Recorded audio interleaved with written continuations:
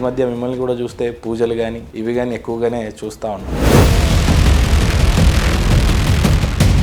బిల్లును డెవలప్ చేసే విషయంలో మీరు కానీ పవన్ కళ్యాణ్ గారి యొక్క ధోరణి ఏ రకంగా ఉందంటే, ఫిబ్రవరి 21 నుంచి బ్రహ్మోత్సవాలు స్టార్ట్. సో ఏదో ఒకటి చేసి వాళ్ళిద్దరిని తీసుకురావడానికి ప్రయత్నం చేస్తారు. సనాతన ధర్మాన్ని యాజ్ ఎమ్మెల్యేగా ఏ పాయింట్ ఆఫ్ వ్యూలో మీరు చూస్తారంటే? జస్ట్ బికాస్ నేను సెక్యులరిజం ఉన్నాను కాబట్టి నేను దేవుణ్ణి నమ్మననే దానికి లేదు.